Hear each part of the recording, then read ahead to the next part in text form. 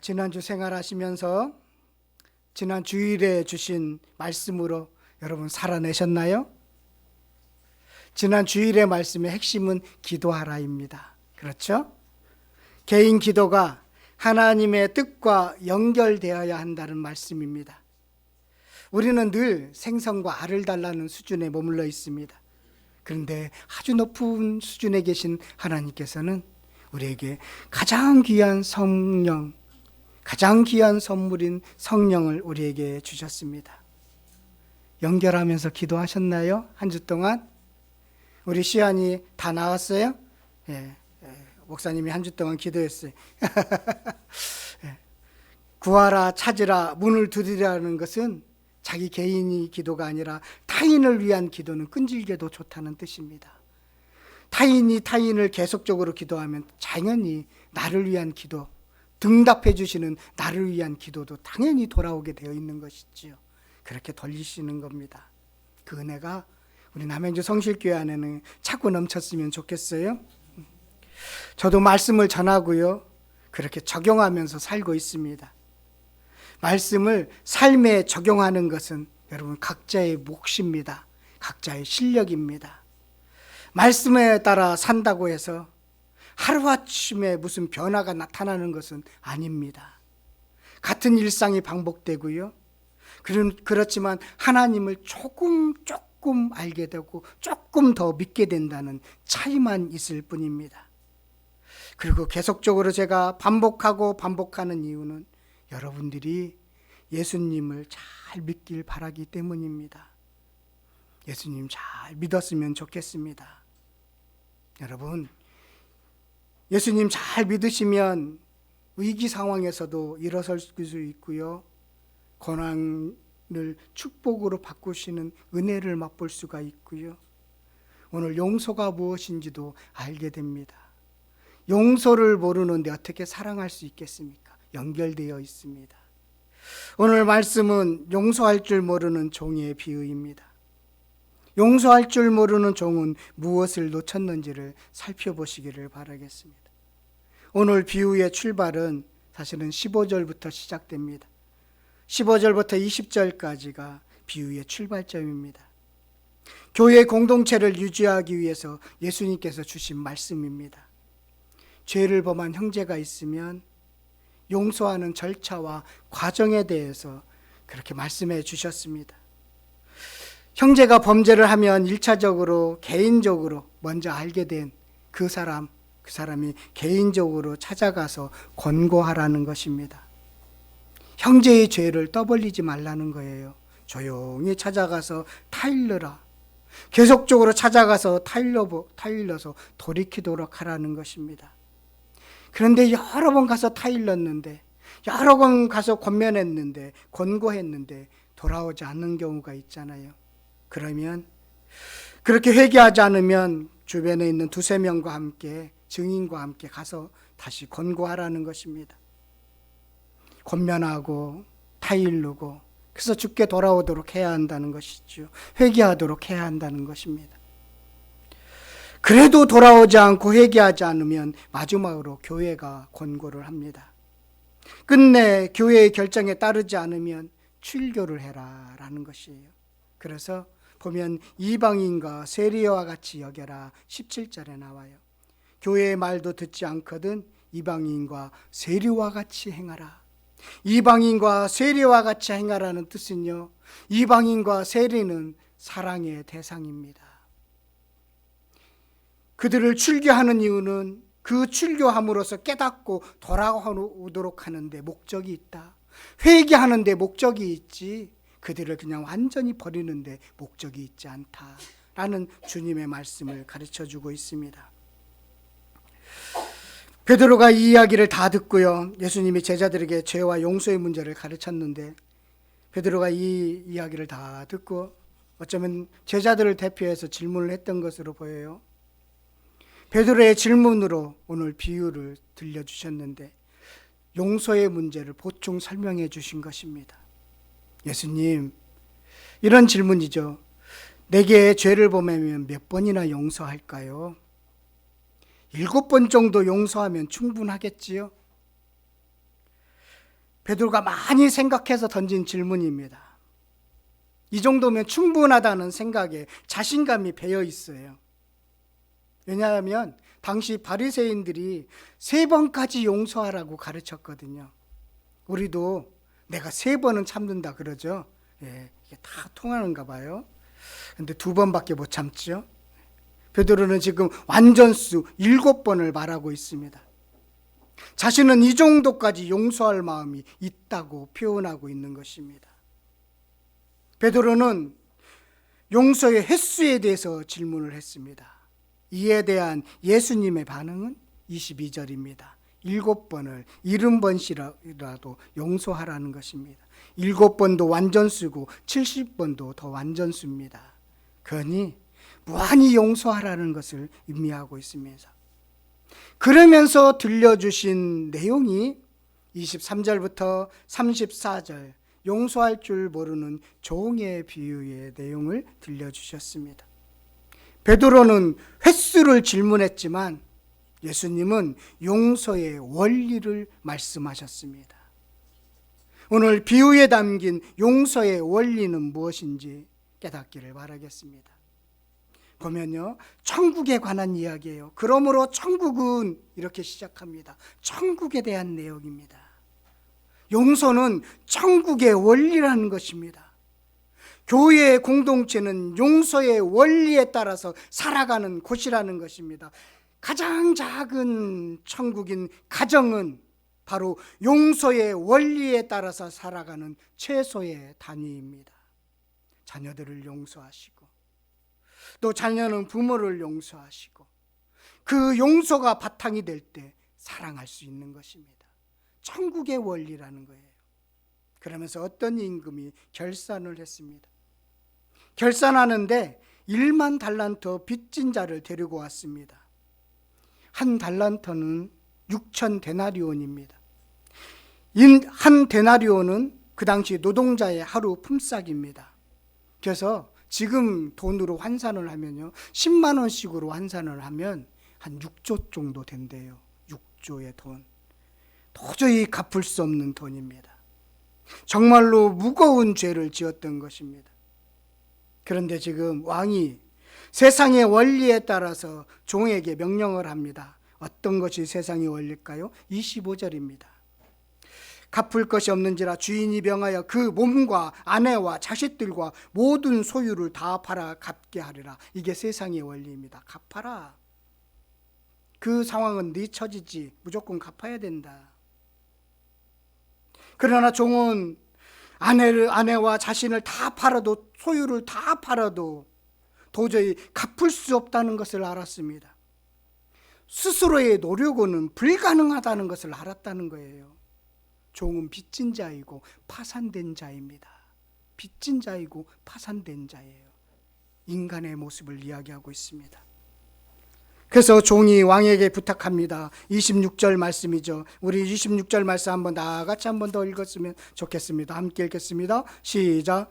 그 종이 엎드려 절하며 이르되 내게 참으소서 다 갚으리라 하거늘. 예. 내게 참으소서 다 갚겠습니다 라고 그렇게 했다는 것입니다. 내게 참으소서 다 갚겠습니다. 여기서 내게 참으소서 다 갚겠다라는 것은 나를 불쌍히 여겨소서라는 관용구입니다. 나를 불쌍히 여겨주세요. 내게 참으소서라는 것을 불쌍히 여겨달라는 거예요.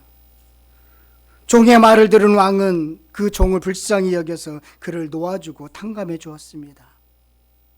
모든 문제를 해결하고 나왔는데 마침 자신에게 100데나리온은 빚진 자를 만나게 되었습니다. 계산하면 얼마 정도 될까요? 10만 원씩 계산하면 1000만 원 정도 됩니다. 그를 만나자마자 멱살을 잡고 빚을 갚으라고 합니다. 여기서 목을 잡았다, 멱살을 잡았다는 것은 모욕을 줬다는 것입니다. 그래서 그 동료가 그 종에게 부탁을 합니다. 29절이죠. 동일해요. 그 동료가 엎드려 간구하여 이르되 나에게 참아주소서 갚으리이다 하다. 참아주소서 갚겠습니다. 예, 긍휼을 베풀어 주세요. 내가 어떻게 해서라도 갚겠습니다. 그러나 왕은 긍휼을 베풀었지만 27절에 그 종의 주인이 불쌍히 여겨 놓아주었지만 그러나 그는 긍휼을 베풀지 않았습니다. 동료가 빚을 갚도록 옥에 가두었습니다. 여러분, 긍휼을 베풀어야 되는 것이 마땅한데 그러지 않은 거예요. 그런데요, 그렇게 마땅하지 않게 살아가는 모습을요, 관찰하고 일러 바치는 자가 있습니다.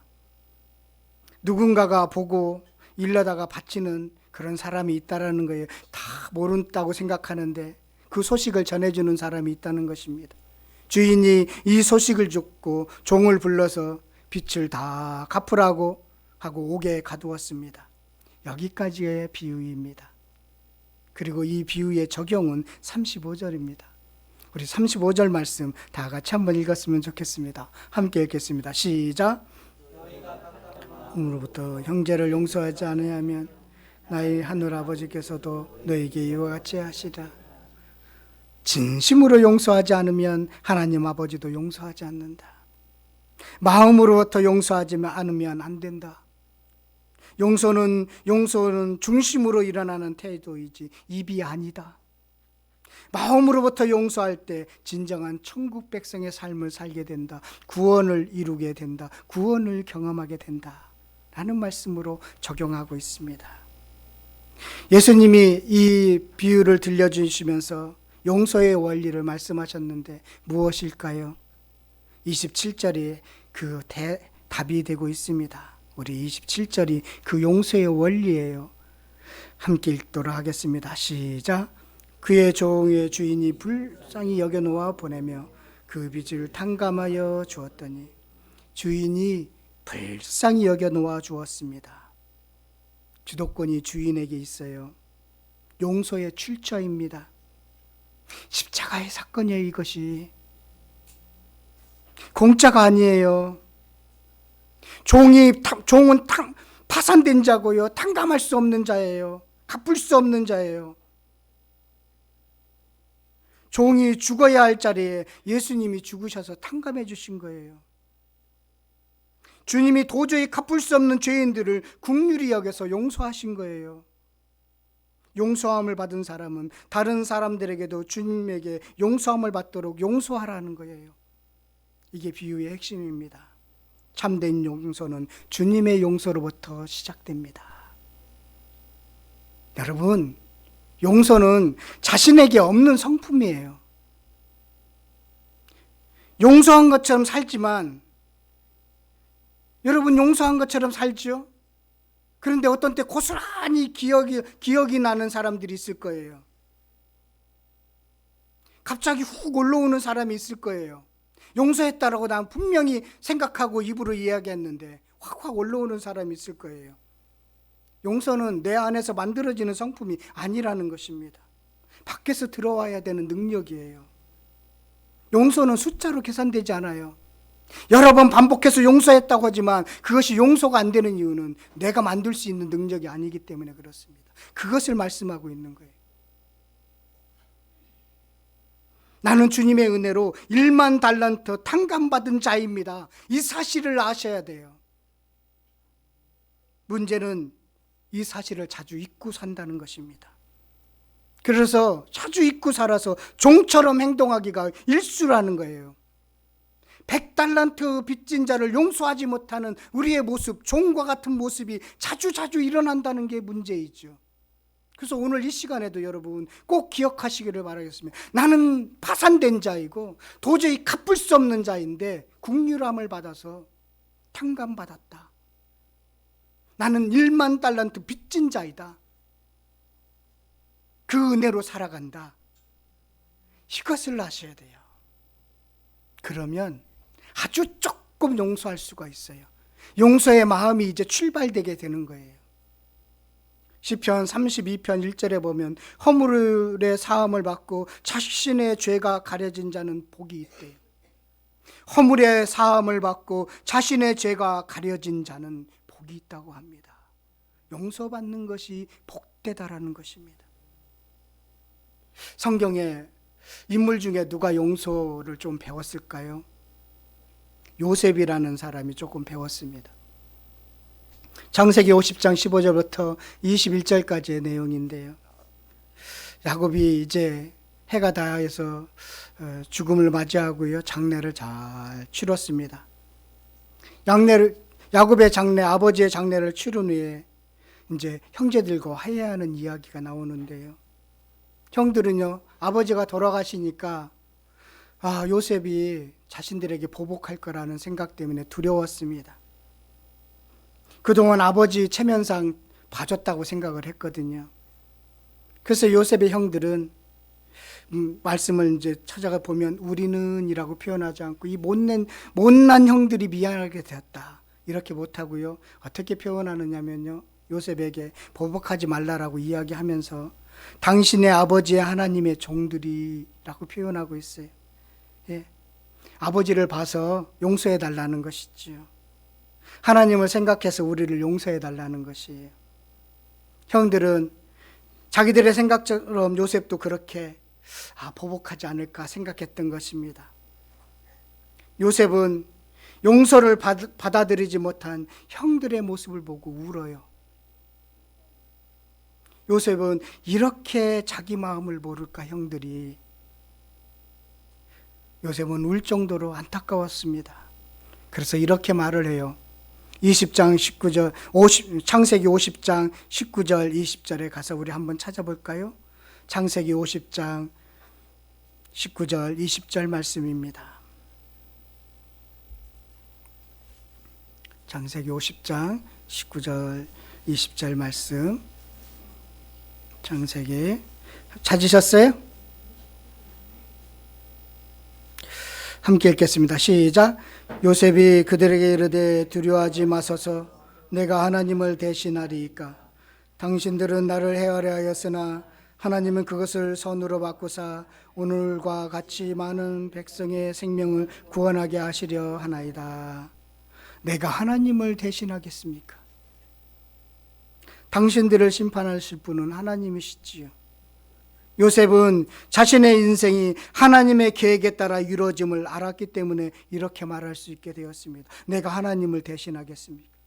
하나님은 그것을 선으로 바꾸셨습니다. 모든 일을 내려놓을 수 있는 원리를 알게 된 것입니다. 용서할 수 있는 원리를 알게 되었어요. 내가 하나님을 대신하겠습니까? 하나님은 그것을 선으로 바꾸셨습니다.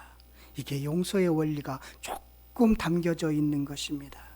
하나님에 대한 이해가 깊으면 깊을수록, 깨닫고 깨달을수록 용서의 마음, 밉지 않은 마음이 생기게 되어 있는 것입니다. 그렇게 들어오는 거예요. 내가 만들어지는 것이 아닙니다. 삶에 얼마나 많은 경험, 요셉과 같이 많은 억울한 일을 당했지만 결국 하나님이 하셨네, 결국 주님이 하셨네 라는 것을 깨닫는 순간 미움이 조금 사라지게 된 것이지요. 용서의 원리라고 할 수 있겠습니다. 여러분, 영화 빠삐용 아시죠? 예. 영화 빠삐용, 마지막 죽음에서 악마의 섬에서 탈출한 그 영화 빠삐용인데, 사실은 그 영화는요, 앙리 샤리에르라는 자서전적 소설을 영화로 만든 건데요. 영화는 그렇게 악마의 섬에서 빠져나가는 걸로, 탈출한 걸로만 끝나는데 사실은 그 소설의 뒷부분이 더 있습니다. 그 앙리 샤리에르는요, 25살 때, 청년 때 파리 재판소에서 살인 혐의로 무기징역을 언도받습니다. 어떻게 해서 자기는 죄를 짓지 않았는데 검사가 엮어서요, 그리고 증인들을 세워서 그렇게 만들어서 종신형을 살게 했습니다. 여러 번 탈옥을 시도했지만 실패하잖아요. 그리고 마지막에 이제 악마의 섬에서 조류를 연구해서 마지막째 탈옥을 합니다. 이제 37년 만에 파리에 온 앙리 샤리에르는요, 검사를 이제 죽이려고, 복수하려고 준비하고 있습니다. 일주일 동안 준비를 하는데, 준비하면서 금식하면서 기도합니다. 차근차근 준비를 해요. 완벽한 범죄를 준비합니다. 그러면서 마지막 날 깨닫게 됩니다. 무엇을 깨닫게 되냐면, 내가 갇힌 것은 감옥이 아니라 내 마음의 증오심이라는 것을 깨닫게 됩니다. 자기 마음속에 있는 증오심에 자기는 갇혀 있었구나. 진정한 감옥은 나의 증오심이구나 라는 것을 깨닫게 됩니다. 그리고 나서 그 검사를 죽이려고, 복수하려고 하는 것을 멈추게 되고 일상으로 돌아갑니다. 그 사람은 이후에 여러 사업도 하고 또 책도 써서요, 큰 돈을 벌기도 합니다. 용서는 깨닫는 사람이 하는 것이죠. 우리는 말씀으로 용서를 깨달을 수 있습니다. 이 땅에 많은 사람이 용서의 문제를 놓고 힘들어합니다. 용서할 수 있는 능력이 없기 때문입니다. 용서는 주님이 주시는 능력입니다. 주님이 나를 용서했다는 엄청난 진리를 깨닫는 그 순간 조금 실천할 수 있는 신앙의 덕목일 뿐입니다. 용서하는 자가 행함이 있는 믿음을 가진 자입니다. 용서하십시오. 오늘 이 말씀요, 이렇게 적용했으면 좋겠어요. 하나님, 아무리 노력해도 용서가 안 되던데요. 한번 따라해 보십시오. 하나님, 아무리 노력해도 용서가 안 되는데요. 이 말은요, 용서를 조금 해보니까요, 안 되다는 것을 깨닫는 사람이 할 수 있는 고백이기도 합니다. 하나님이 마음을 주셔야 가능하던데요. 용서하도록 해주지 않으면 할 수 없던데요. 이 용서라는 것은 오해나 불의나 불편함에 대응해서 쓰는 단어입니다. 그 용서가 만만치 않은 거예요? 만만치 않아요? 내가 용서한다고 해서 상대방이 변하지 않는다는 것입니다. 그래서 용서하고 잊자 하지만 잘 안 되지요. 그래서 만만치 않은 것입니다. 그래서 나는 10,000달란트 빚진 자였습니다. 나는 탕감받은 자입니다. 그냥 용서를 생각하면서 살아가시라는 거예요. 그래서 내가 누구를 용서했네, 나는 몇 번을 용서했네, 베드로처럼 자랑할 것이 아니라는 것입니다. 시간이 흐르면요, 요셉처럼 고백할 수 있는 어떤 시점에 이르게 될 것입니다. 그때 주님께서 하셨습니다. 주님이 마음 주셔서, 주님이 악을 선으로 바꾸셔서 내가 이제 조금 더 용서할 수 있는, 극복할 수 있는 믿음 갖게 되었네요. 이게 고백하는 용서입니다. 그냥 우리는 지금 여러분이나 저나 다 상처를 이고 걸어가는 것입니다. 가끔마다 나는 용서했어 라는 마음이 들지만 완전히 해결되지는 않을 것입니다. 어느 날 하나님 앞에서 해결될 것을 여러분들이 깨닫고 나서, 주님 감사합니다, 이제는 그 사람 얼굴 봐도 이제는 웃을 수 있게 됐네요. 이제는 그 사람의 얼굴을 봐도 내가 손을 내밀 수 있게 되었네요. 이것이 바로 용서의 원리입니다. 긍휼하심의 원리예요. 그렇게 사시는 거예요. 그렇게 은혜를 나누며 사시는 거예요. 이게 용서의 원리, 주님이 가르쳐 주신 용서의 원리입니다. 그 종의 주인이 불쌍히 여겨 놓아 보내매 그 빚을 탕감하여 주었더니, 저와 여러분은 10,000달란트 탕감받은 자라는 사실을 매일매일 되새기면서, 야, 100데나리온 빚진 자를 용서하지 못하냐, 너 참 한심하다, 그렇게 지적하면서 살아가시기를 간절히 축원드리겠습니다.